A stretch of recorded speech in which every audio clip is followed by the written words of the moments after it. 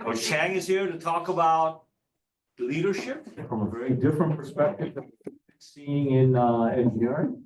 But all you folks that's online today, as well as all the people that are here today, give you Coach Timmy Chang. Congrats, man. Thank you for having me. Pleasure to be here. Yeah. Hello, everyone. My name is Ellie, and with me is Josh. So we'd like to welcome everyone to our leadership series of February, presented by the Hayashida family. So Josh will start off with introducing a little bit about Coach Timmy Chang. Timmy Chang, the head coach of the University of Hawaii football team, is a dynamic leader known for his ability to inspire and develop players both on and off the field. A former record-setting quarterback for the Rainbow Warriors, Coach Chang brings a deep understanding of the program's culture and passion for Hawaii's unique football tradition. His leadership style emphasizes building trust, fostering unity, and developing players to reach their fullest potential through discipline and collaboration. Coach Chang's experience as an assistant coach at various collegiate programs has honed his strategic acumen, enabling him to lead with vision and adaptability while emphasizing the importance of representing Hawaii with pride and resilience. We would jump right into questions with Coach. Audience, if you have any questions for him, just feel free to raise your hand. It's going to be a little informal. And yeah. So, Coach, can you share some of your upbringing as a youth that shaped you into like the leader you are today, and how you got into this position? Okay. I was born and raised here, proudly, and I was parents Levi and Marianne. Dad was an educator. Mom worked at Hawaiian Airlines for 30 plus years. I did all my schooling here, uniquely in the Manoa Valley at Noelani Elementary, and then I went to St. Louis, and then I stayed here at the University of Hawaii in Manoa. And so I was in basically about a mile to 2 mile radius of educational system. It's such a unique background from where I came and who you guys been speaking to and talking to, is because I've been straight athlete sports my whole life. I grew up playing 3 different sports. A lot of my qualities of hard work, discipline, determination, sacrifice, team building, they all fostered around sport. And it was because of that upbringing, growing up in the parks of Manoa, Hawaii Kai, Kalakaua, these different places, and being around different people, that's where I kind of nurtured into the person that I am today. And so, I hope I can bring just a different perspective. But I think when you guys look at the different leaders that we're going to be talking, that you guys talk to, and maybe from my perspective, it's just it's the same, but from a different transitional side. So how would you best describe the kind of values that you live by? Well, my values are God first, family second, and my team, my staff, and the things that are under me third. I value those things right in order, and that's just a personal preference for me and what my upbringing has taught me. But when it comes to the values, hard work has to be on the top of the list. When I played the sport here, and I was grateful to have played here and played quarterback here for 4 years. The only thing I wanted to do growing up was just try to be the best. Okay. And when you're trying to be the best at something, you're always chasing something. You're not chasing what's in front of you. You're really chasing what you can't see. You're chasing the best in the world, the best, the quarterback, the best athlete, the best basketball player. And so I was chasing the ghost in the mirror. And so when you're starting to think like that in that terms of ways, you're constantly working. You're constantly, when others are doing other things, your time regiment and your time management is specifically to try to find a way to get an edge. Whether it's for an athlete like myself, whether it was watching film, whether it was spending more time out on the field, whether it was just sleeping more, just a simple thing by just resting your body and being physically capable, ready to perform a task. No matter what the task is, rest and recovery has to start to play. As much as my father used to always say, you only have one body and you can't burn the candle on 2 ends. And so You know, as much as an athlete, you try to push. Your body's gonna burn out. I think it's the same thing as if you work. And so you gotta work smarter, but you're always looking for an edge. You're always trying to maximize your potential in any which way you can. And so, hard work, I think, starts at the top of the list. And then from there, you try to build value within others. So if you're working as a team, it's how do I get the other guy to be just as important or just as good or even better? And how do I raise elevate his game? And so a lot of times, we talk about in our team, I take all these values with me in our team. It's one thing that I bring value to a team, right? I gotta make sure that I'm okay. I'm doing the right things. I'm making sure I'm checking off all the boxes and I can bring that value to the team. But in essence, how do I raise other people to meet me at that same thing? Because I'm only as good as that other person. We have a good quarterback right now by the name of Michael Alejado. And every day as we talk, and we're going to meet this afternoon, how do I raise that? How do I raise the offensive line? How do I raise the running back room? How do I raise the receiver room? Because I'm going to need them. I can't do everything myself, but how do I touch them? How do I talk to them? What's the tone I take with them? At some approach, it's going to be a certain way, and a different approach has got to be nice. It might be getting after somebody at sometimes, but there's got to be some type of communication and balance inside there that gets people to raise their game. Thank you. How did you know or find that vision of you wanted to be the best in football and stuff? Where did you get that from? Yeah, when I was raised by my dad, I would say he had a big influence on me on becoming who I was, and maybe as you guys as engineers too, you guys are kind of falling into the family trait a little bit.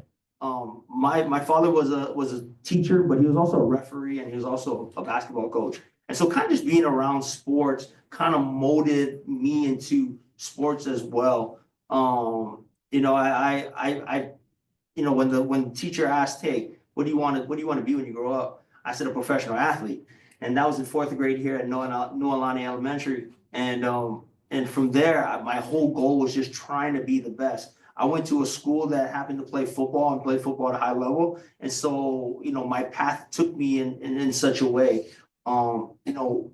When I was finishing up my senior year there and it was time to choose schools, that's where I started to think, and maybe this can help you guys too at your young age. I started to think 20, 30 years ahead. Okay. And so as an 18-year-old, as I'm finishing school and going into football, I saw the type of offense that was here. And I was really attracted to the offense because it was the same offense that I had there. That was one thing. But the other thing was that I asked myself, man, where did I want to live? Right? Just a simple question. Where do you want to live? It's funny because Dean Brennan just texted back to me and said, man, I can't wait to get back to 15 degrees at where I'm at. And so, I wanted to live in Hawaii. I wanted to represent the state. I wanted to live here. My family's from here. I wanted my kids to grow up here. That wasn't the path that the good man upstairs had for me. He took me different parts of the country and different coaching areas, from Texas to Mississippi to Virginia to Nevada to Colorado, and then now back to Hawaii. But when I was an 18-year-old, I made a decision that I wanted to stay home. And so I ended up playing here and playing for the University of Hawaii at the quarterback position and getting my degree here. But it was a decision that was made with foresight of just understanding that, wait, what did I want to do? What did I want to be when it was all said and done? And so it's kind of to with the decision that you guys all made too, and are making, is where do you want to be? What direction you want to head?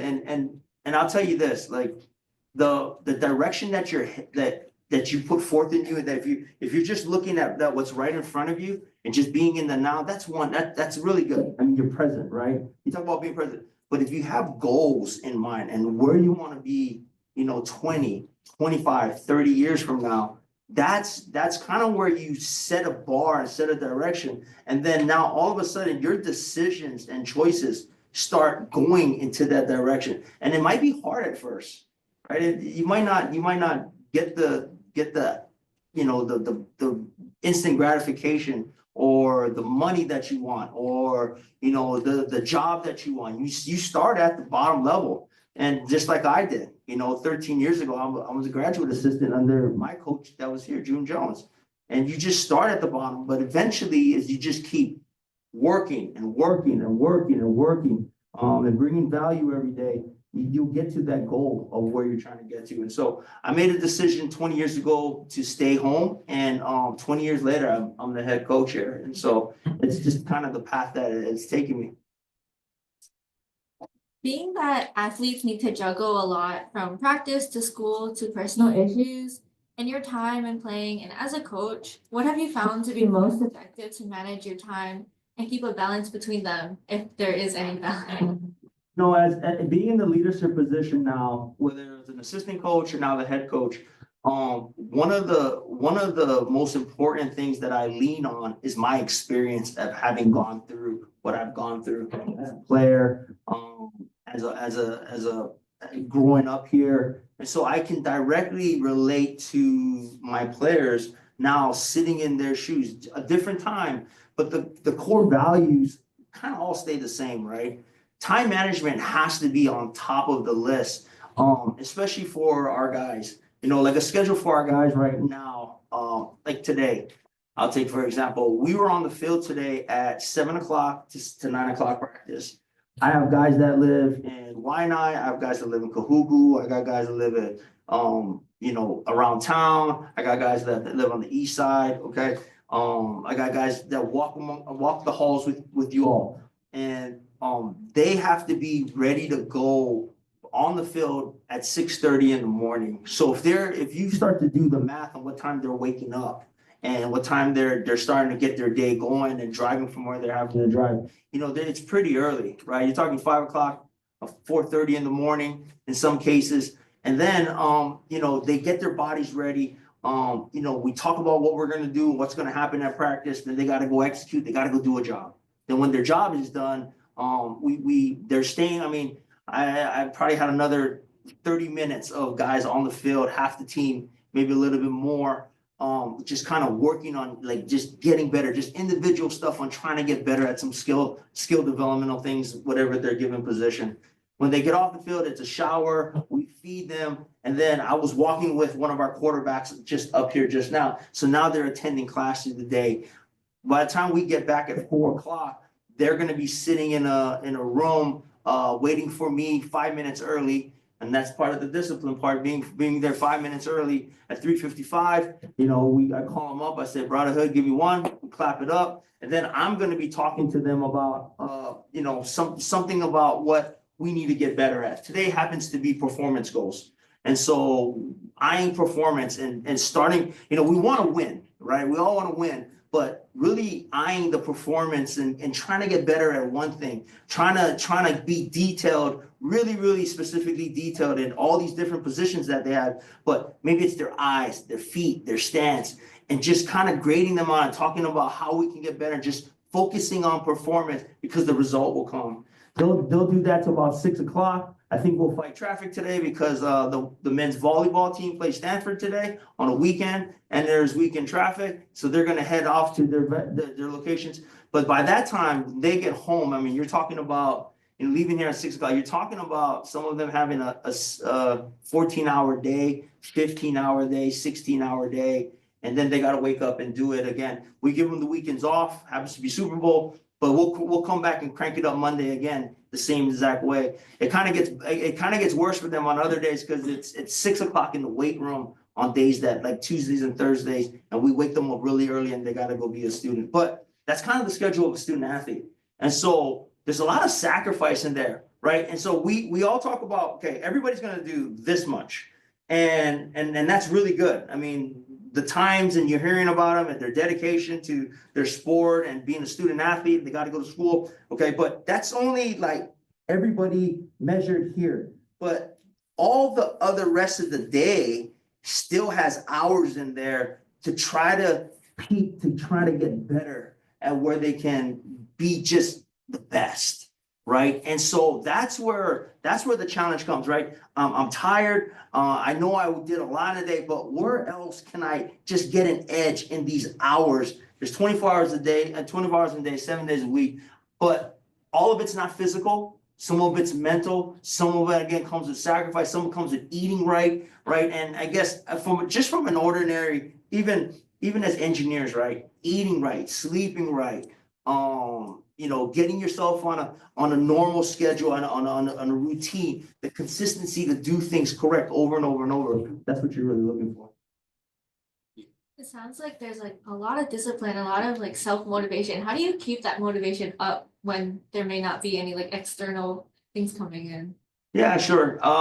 I think I guess the main goal for these guys is just to look long term, right? A lot of these guys want to go to the NFL. For us, the goal is to host the Mountain West Championship this year, right here in our backyard. And so when we look at goals like that, and we look out, we just line up all our choices. We talk about choices a lot. We talk about making the correct ones. And really, all our choices will align with our goals. So every semester, was something that we like to do with the guys is, we keep a sheet, we keep a goal sheet for the semester. Hey, what's your short-term goals? What's your long-term goals? And then we look at we have a time management sheet that we have with them. And what are they doing with their time management? So right now we should be on our second time management sheet because their schedules kind of changed again for spring ball. And so we'll give them another time management sheet to do. We'll slip it in their folder. And so we know exactly where our guys are during the day. But the choices that they're making, really are just for the end game goal of, hey, I want to be better. I want to go to NFL. But as a collective, as a group, we want to host the Mountain West Championship. We know it's going to be tough. We got 4 home games. We got 4 away games. And, there's a big challenge ahead of us. Given your experience both as like a player and a coach, what are some common like roadblocks that athletes may encounter, and how do you as a coach kind of help resolve that or like guide them out of there and like just build like team chemistry and stuff like that? Sure. Adversity is huge. I mean, it's life, right? Life hits. I'm not immune to it. My staff is not immune to it, nor are my players. And when these things hit, whether they're their money issues, their family issues, there's deaths, there still is a focus and a job that has to get done, and having and learning how to respond from those things, and telling them to work through them. Easier said than done as you go through them personally, our athletes go through them, you students go through them. Easier said than done, but to just put one foot in front of the other, and try to stay the course as much as you can. Try to stay consistent and your mentality strong in what you're doing. Were there any individuals along the way that really impacted your life? Yeah, and of course, for me, as a student, I'll talk to you as a student first. As an 18 to 22-year-old, okay, I'm very in touch with my players and recruiting them and understanding them. You don't get to play on the Division I football team without having help and having people that have helped you along the way, mentored you, helped sacrifice. One of the things I love doing in the recruiting process is really finding out, what the family dynamic is like.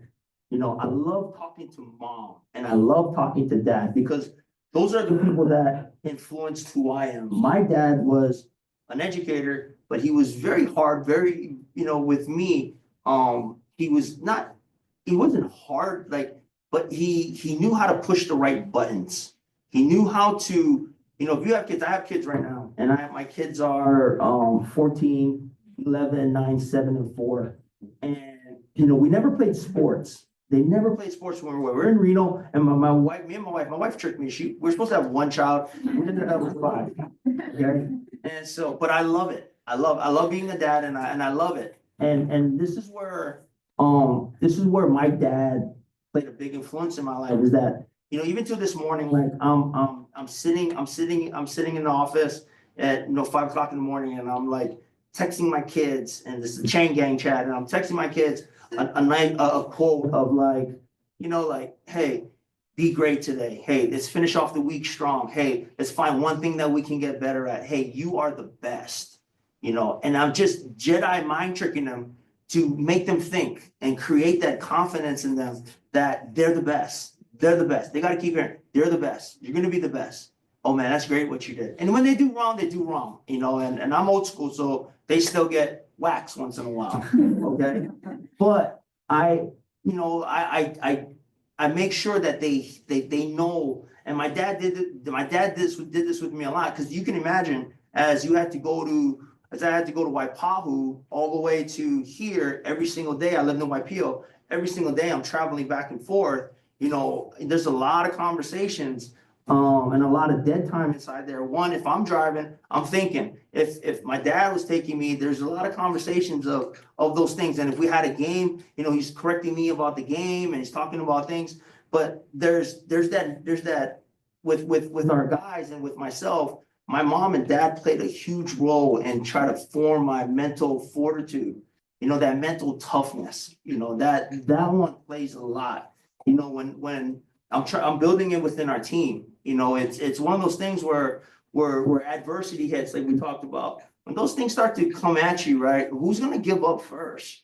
Who's gonna shy away first? That's a challenge in life that we all can relate to. Is that these challenges hits, who's gonna give up first? Or are we gonna keep persevering through? And so I built it with my kids, I built it with my team. I was fortunate enough to have a dad that kind of leaned into me in that way. And then of course there's a balance side of it, right? And so my mom is the sweetheart and the soft pillow that I can cry on or fall into. And so she played that role as well. So there's good balance. And I think in my household, we try to have that good balance. And my wife wants me to be a little bit nicer and stuff, but my kids respond well, and I look at my kids' eye, and when they look at me as I'm their hero, and then I know I'm doing okay, and so, but it's just the way, and like, I'm hoping the students, as you guys get kids and you guys are hearing these things, it goes a long way to tell your kid, you're the best. Oh, you're great. You're awesome. You're killing it. But you also too, on the flip side, when they do wrong, you gotta let them know they do wrong.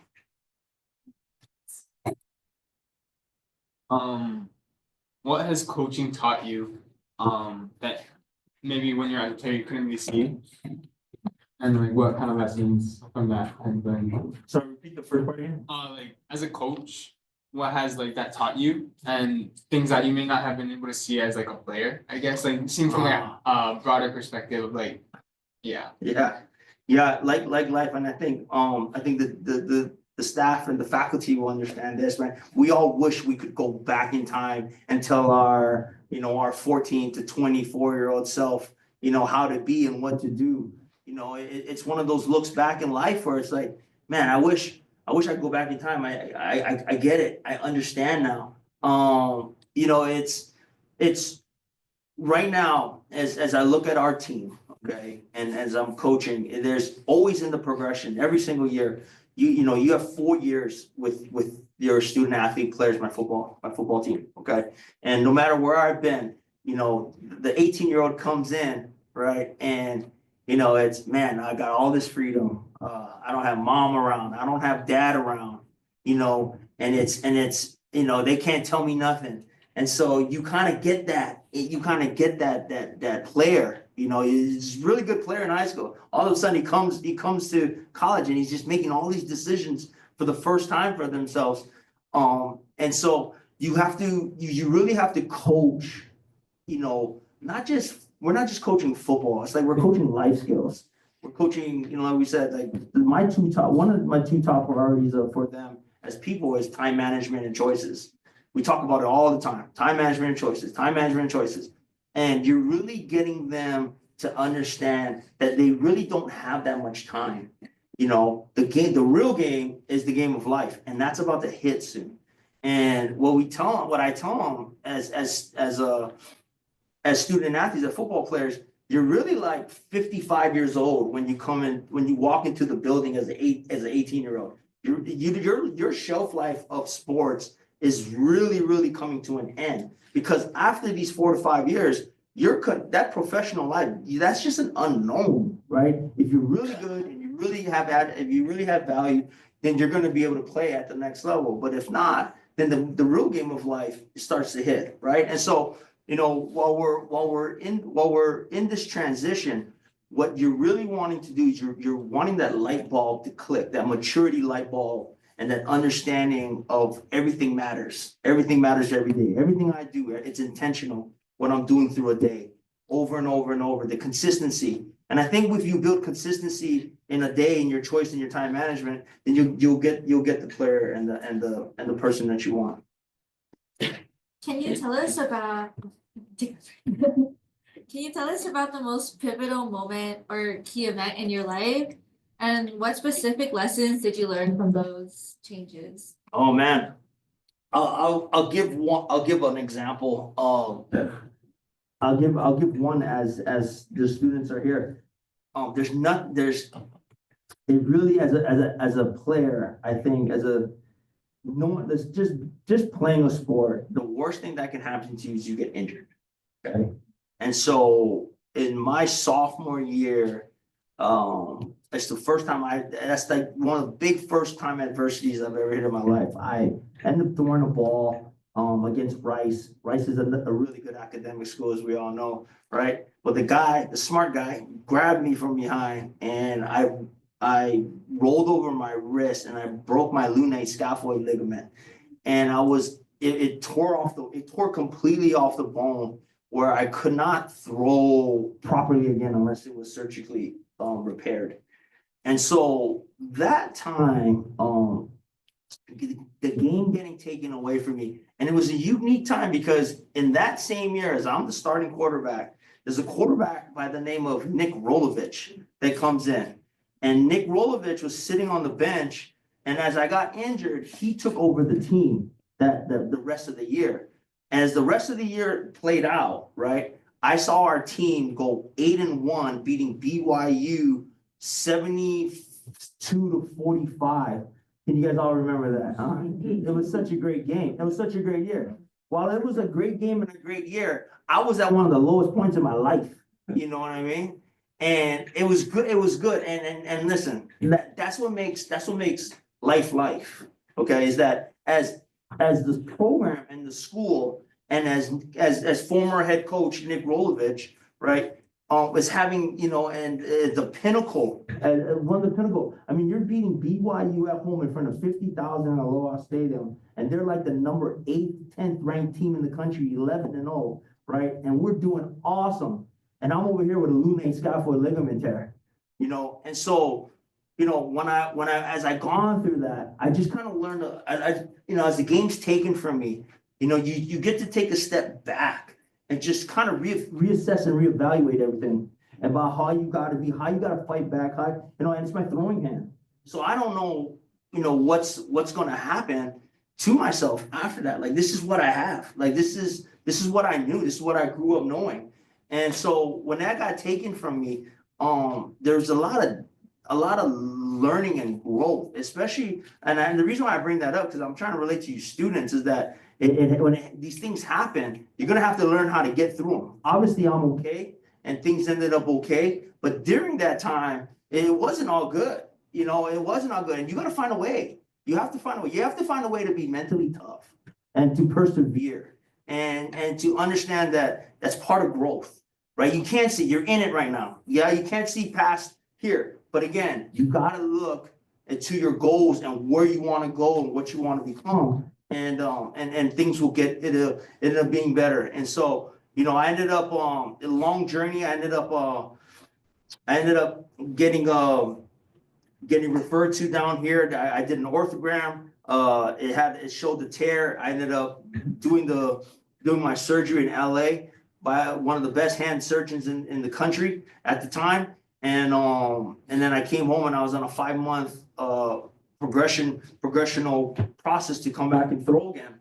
And so through that, just that process, it just talks a lot about who you want to be, who you're not there yet, right? But you got to have that inner confidence in yourself to kind of grow through it and come back and build yourself back up again to play at a level that is going to be the best in the world and elite.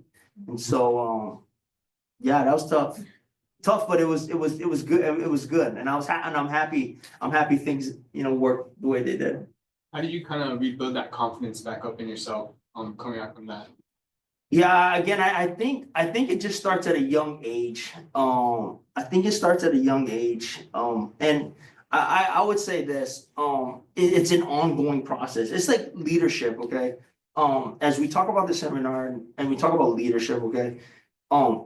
Some guys didn't grow up being leaders. Some people were in families that maybe were quiet, maybe were reserved. We didn't talk, we didn't speak up. Well, there's just different type of leaders that you can be. The other thing is that it is an ongoing growth process. One of the things for me is as I'm a head coach now. As an assistant, I always wanted to be the best assistant.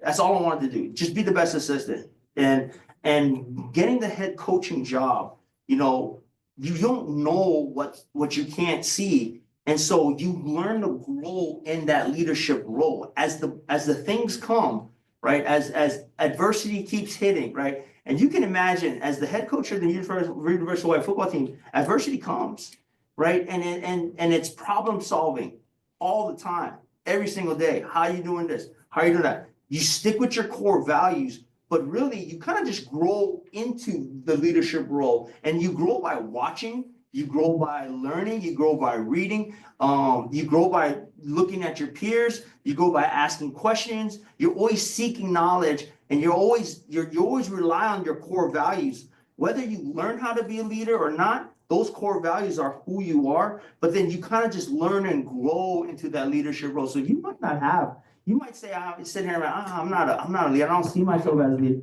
but that's not true, right? You can grow into being a leader given the position as well. If I were to put you in a position of leadership, I'm sure 100% of you're going to figure out a way, right? And you're going to go back to your core values of what you believe and who you are. And then from there, you start to figure it out. Your career has taken you many different places. And so how have you adapted to each new place? Because every situation is not the same. So how have you tried to stay true to your values at all of these different places? Yeah, I think that's it. As I go from place to place, from different staff rooms, we go from the south, we go to the east, we come back, to the desert. You're in different locations, different places. You're with different people that grew up differently. The culture is different, and they're going to say the same thing about this Hawaii culture that's different, right? But I think what makes Hawaii is the culture, and it is the beauty of the person. Like when we value things bigger than ourselves, like the land, like people, family, our food, the language, the music, when we value things like that are bigger than ourselves, it's easy to take a person outside of Hawaii and implant them into somewhere else, as long as we understand where we came from, what our value is, and we don't change that. Because I think one thing that's unique about Hawaii, and even as I bring up recruiting again, the one thing that stands out and why we can get recruits and bring them to Hawaii is that we're just different, and it's a great difference. When we sell Hawaii to mainlanders that are coming here that want to play for the state, they really embody and understand as they walk around, they meet the people, they meet and they're going from the hotel to the airport to different places in the community to the school. Sometimes when we have engineering students, and we let Dean Brennan meet with them just to talk to them, and when they get to see who we are, it says a lot. And so as I've gone to every place, the my light gets to shine bright, and it's really the light that I bring with me from being born here and raised here and engulfed in the culture here. And so that's where I think there's a great advantage. And not only that, but the guys that come here, they start to embody who we are. And really, if you don't, it's tough, especially in a locker room. A locker room we call the brotherhood, you know what I mean? And so when they come in, we want them to feel what we respect and what we believe in, and not just what we believe in, but what we respect, having respect for each other, having respect for other people, having respect for the school, our football team, those type of things. But it's hard if they don't understand that. And so, I think some of the staff here can relate that as they got, where they came from, whether they're born, raised, or come from here, they can kind of feel that. Did you always want to be a coach? And if not, what about it kind of led you to that career path? I wanted to be a coach when it was one of my professional team was the Hamilton Tiger Cats, and I was sitting in the locker room at halftime toward the last game of the season, and I just said to myself, man, I can become a coach. I'm gonna go. I can become a coach. I can do this. My dad being a referee, a football referee, I was a ball boy on the field for ILH games at a Law Stadium from a very young age, when I was 6 years old. And so I was always on the field, watching football, being around referees, my father. And then my dad was a coach as well. So I was always he coached for Radford. So I was always in Jim Allegri gym, my whole life. And so I kind of just grew up around it. And so I didn't know that I was going to be a coach, but the path is really directed me to it. And so the conversation goes like this. So we're in Canada, where my wife is from, and we just had our first child. I just got done playing. Okay, talk about struggle. I just got done playing football. We're having a baby. I have no insurance. And so I go to Canada because Canada has free insurance, free healthcare. And so we have our baby up there, and I'm sitting with her and I'm like, honey, I'm going to go into coaching. And she's like, whatever you do, I got your back. And that's all she had to say to me. And so you talk about pointing a direction and thinking 15 years down, 20 years down the road. We didn't know how we were going to get there, but we trusted in our, my Heavenly Father. And, it just worked that way. And I've been blessed, and we've been blessed ever since. And that's what I'm overwhelmed by it, to be honest with you, and just the whole full circle and how I go everywhere and then I'm able to come back home. Yeah. And so, it's pretty cool. Yeah. Like what, as a coach, like what do you think is like the most fulfilling part of that for you and like most enjoyable to see, I guess? As a coach here, it's my alma mater. It's the place that I have roots in. It's the place that gave me an opportunity. It's the state that helped raise me. I have a lot of aunties and uncles out there that paved the way and helped me along the way. Just so many different stories from so many people that I talked about mom and dad, but really there's so many uncles and aunties and cousins and friends that help you along the way, that give you breaks in the journey that you need, whether it's a ride here or food here or sleep over here and take you on a trip here. And so there's a lot of people that paved the way on the journey. I'm grateful to coach, coming back and doing it here in my home state. And then on top of that, I get my kids to, get into the community.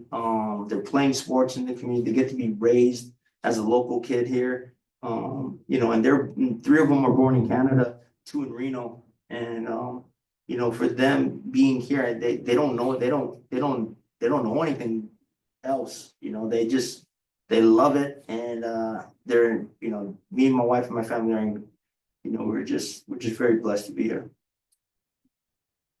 You mentioned earlier about having to motivate different players and having to talk to them in different ways. How do you know like what a player needs to hear or what like different people need to hear? Yeah, it's good. That's a great question. Some players are already down, and our what me and my staff like to do is we like to play good cop, bad cop. And so if I'm bad cop, they gotta be good cop. If they're good cop, I gotta be bad cop. You know what I mean? And so we start playing off of each other to kind of get the results that we need and want. Some players are already down naturally, given the adversity that's been hit, right? Some of them, as we speak, are going through surgeries right now. Some guys are going through surgeries and family, mom and dad breaking up. Some of them are they need a kick in the okole. They just make bad decisions and they can't get out of their own way, and they think Hawaii is a vacation. Over here trying to host the Mountain West Championship. And so you have different problems, you have different people. And so you got to know how to handle both. And I think the one thing that as a leader that I ask my staff to do is get to really know who these guys are. Don't talk about knowing who they are. Really get to know, where they're living, who they hang around with, who their family, how do they take, what decisions are they making, who's their girlfriend, get to know how are they getting to school.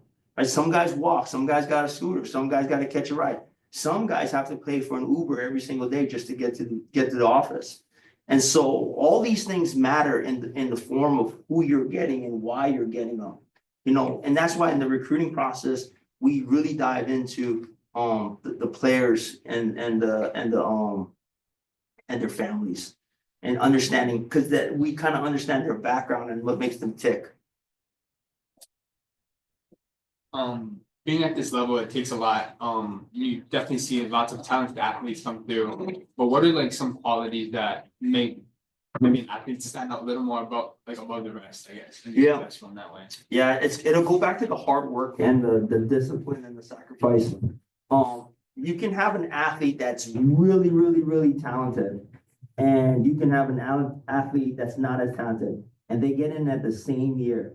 But the harder working athlete and the guy that sacrifices, the guy that he's eventually going to catch him, and he'll eventually pass him if this one doesn't continue the growth process and the work ethic.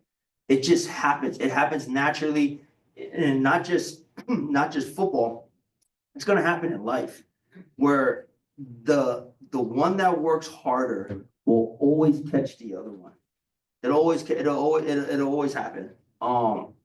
Ashley Laley, as we referenced earlier, Ashley Laley was a walk-on receiver. Ashley Laley, when it was said and done, he was the highest draft pick the University of Hawaii has ever had, at the first round, 17th pick to the Denver Broncos, I believe. And when he got drafted, he's a military kid that wasn't from here. Dad transferred in. He ended up going to Radford, wasn't recruited. Coach saw him at an all-star game. And he was implanted here. And when it was said and done, we're telling the story that we're talking outside, that we saw him run a 40-yard dash after the BYU game, which I think his numbers were astronomical. He ran a 40-yard dash, and it was the fastest 40-yard dash I've ever seen. But that was just a kid that just, other kids are getting scholarships, other kids are getting, and they come and go. And there's this guy just paving the way. He happens to be, living here now. He happens to be a story that we tell a lot and talk about all the time because of the work ethic. And now he's like growing chickens and eggs and doing all kind of fun stuff. And so he's been unbelievable. And even to this day, he plays a big impact in the University of Hawaii football team.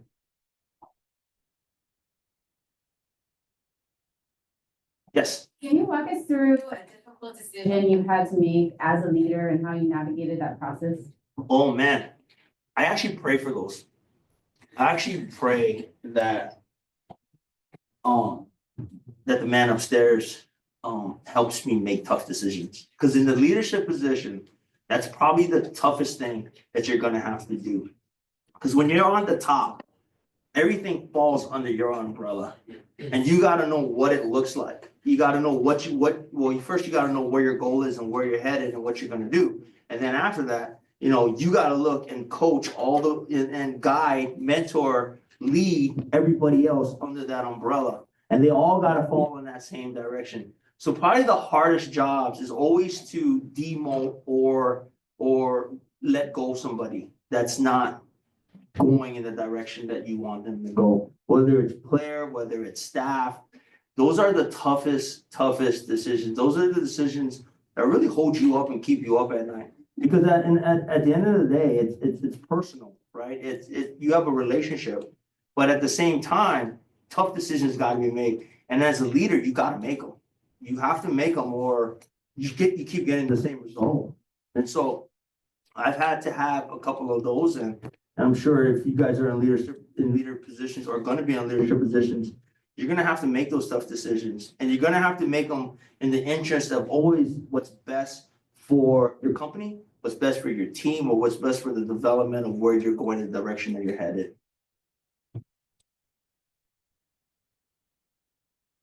Oh, so as a coach or a leader more, so you work with a lot of diverse people, from not only your players but also your staff. So how do you kind of get them to buy into the vision of what you're trying to do, or the way that you want them to play? Man, if I knew the exact answer, man, we would be unbelievable. That's the job, right? That's the job. The job is you take individuals from different parts of the world.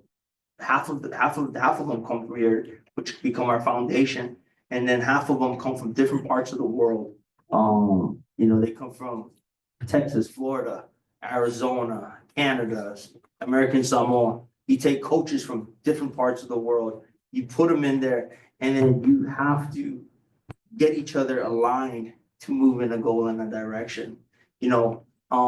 It's talking about it. It's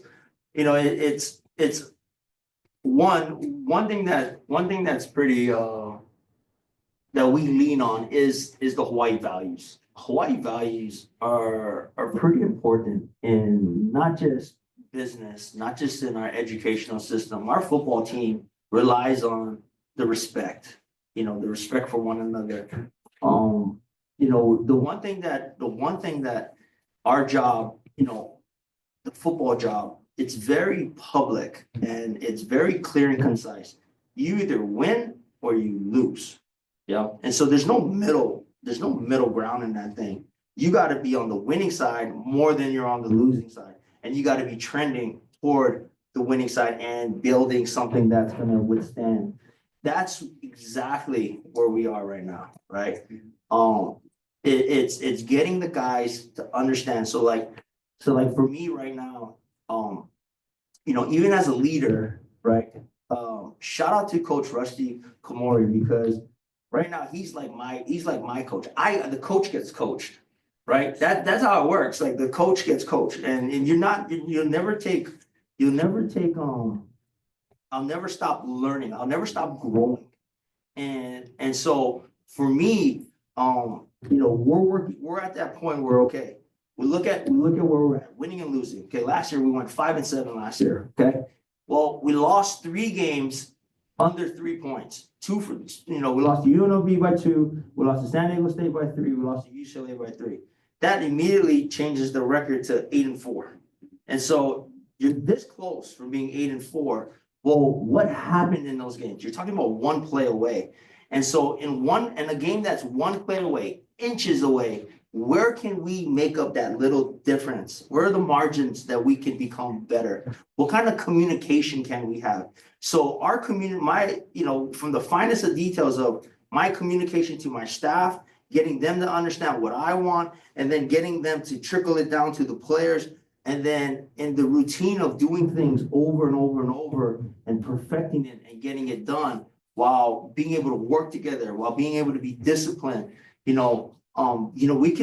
mean, I could track a bunch of different things on why we lost, right? Discipline happens to be one of them, right? One of our things that we want to do or get rid of, we want to stop unforced errors, meaning mental errors, penalties, missed assignments like a block or a tackle. And so how do we get all these guys from all different parts of the world, different ages, all to get on the same page and align to make sure that we just clean up unforced errors?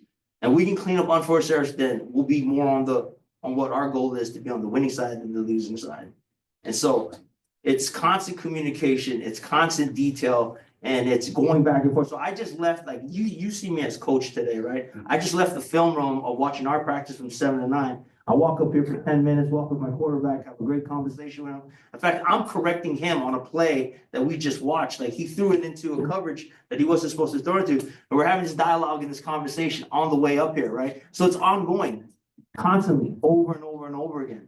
And so, but you try to do it with grace. You try to do it with the understanding that we got to get a job done, and just kind of keep your heart really pure doing it. Can we get one last question before? Yes. You already talked about your daily rhythm, but how about over the year? You have a long academic year, you have your season, and the rhythms might not align. So how do you balance that, and how do your student athletes balance that? Yeah, and so there's a season which will go in fall for us, and then there's an off season which will go from December or January all the way till season starts in July. And every single part inside there, the calendar just remains a little different.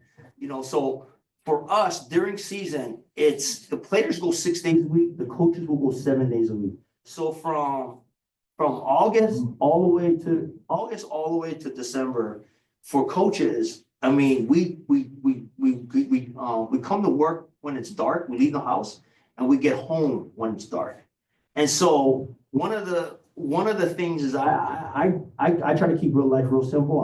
I go to work, and then I have family, and that's it. And then anything else I have to do for work would kind of go in between and maneuver around there. For our student athletes, they got, when they're in the season, that's the most valuable, precious time inside there. So all that time management, because and you got to realize their bodies are going through like a hurt inside there. And so for me as a coach is, how do I get them to recover?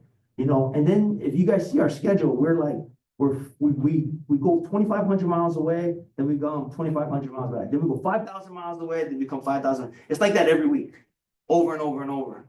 And so how do I get their bodies to rest? How do I get them rejuvenated, regenerated mentally, coming back stronger?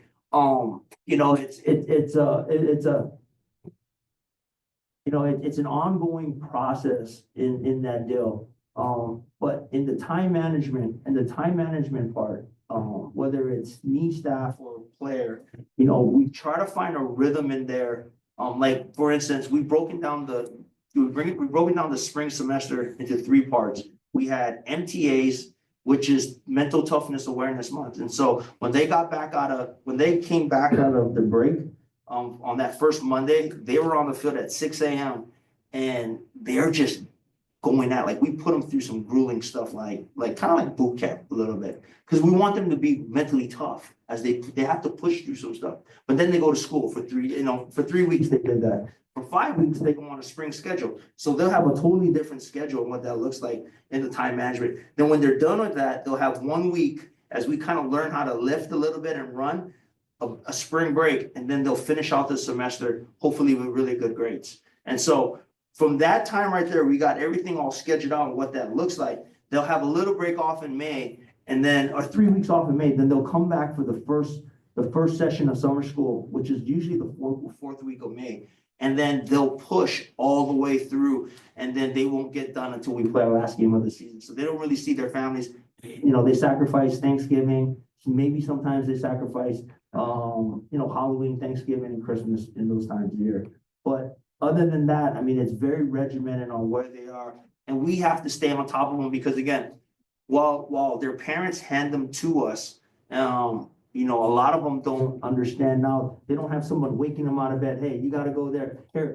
I'll wash your clothes for you. Hey, I'll cook a meal for you. They gotta start to realize all those different things that play a factor into them being an adult, right? And so all these things play a factor.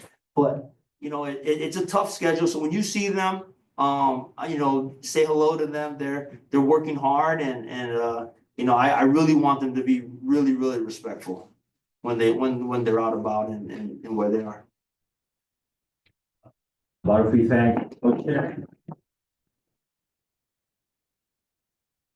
Answer question. Yes. Who's your team on Sunday? Ooh, I know, I like the 49ers, and so the Chiefs beat up the 49ers a lot, and but if you had to pick a team, I'm gonna pick Kansas City because they're the champs, and so. Thank you. And you have. Thanks so much. No, I hope you can stick around a little bit, because I want to see if they want to take a photo with you. Okay, yeah. Okay, so anyway, for all the people that's online and everybody that's here, Ken and Donna Hayashida, thank you for having sponsored this. Come back March 14th, right? March 14th, we're gonna have Rich Matsuda here to talk about his leadership style. So please come on back. And for today, you guys want a photo? Come on up. We'll take a picture with Coach Chang. Come on. Thank you very much, guys. Good guys.